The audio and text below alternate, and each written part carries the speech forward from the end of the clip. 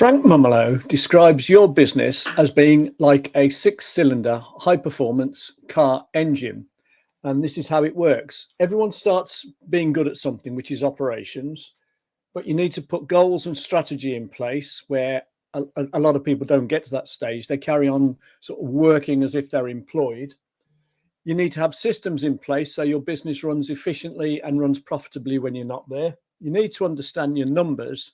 You need to understand what's meant by the term strategic marketing rather than just ad hoc tactical marketing.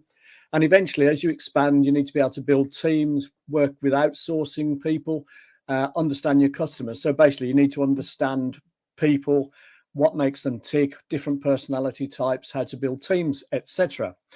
Now, three of the most important areas are linked, really. So in terms of sales and marketing, you need to understand some key numbers. And then when you understand those key numbers, you need to have systems in place to take advantage of those key numbers. And the most important of them is this concept of what's called the buyer's journey. And this says that at any given time, if you had 100 potential purchases of your service or goods or whatever it is you sell, then what you'll find is that 30 of them won't buy. At some stage, they'll drop out. But 70% of them, or 70 of the 100, will go through eventually to become now buyers. And at any given time, the now buyers are typically 1 to 3%. So let's say 3% to be generous. A big mistake that a lot of people make is trying to sell to the 3%, but ignoring the fact that they ought to be addressing their marketing efforts to the 67% who will eventually become now buyers. And the only way you can do that properly is to have systems in place where you nurture these potential customers or clients along their buyer's journey. And what you do is you drip feed them pieces of information, ideas, you keep in contact.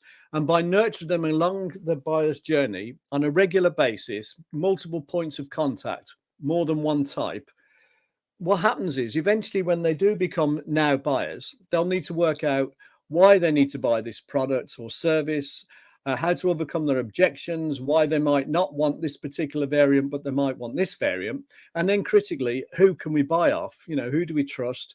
Who's got what we need and who will look after us properly? And by nurturing them properly along the buyer's journey, you're much more likely to eventually get your more than your fair share from the 3% who are now buyers. By doing this, what you're actually doing is you're marketing to 70 who will eventually become buyers rather than 3 who will eventually become buyers. So you're basically selling and marketing to 20 times plus more potential clients. But you can only do it if you have systems put in place here to nurture them along the buyer's journey. And then you need a funnel here, which is your sales conversion funnel. That needs to be systemized with wow factors built in, so that you convert as many of these 3 here into clients or customers.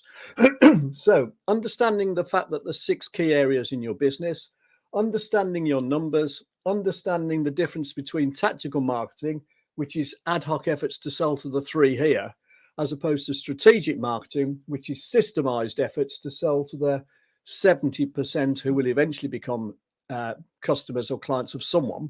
And then having sales funnels in place and having systems in place to actually do it efficiently, properly on a repeated basis. That's basically how you end up with 20 times as many clients as just trying to sell to the 3 here. I hope you found that interesting. If you want to know a bit more information, have a look at bernardkeevy.com. There's some videos on there which are instructional, or get in touch, leave a message, make a comment, positive or negative, engage. Thanks very much for watching. Hope you found that useful today.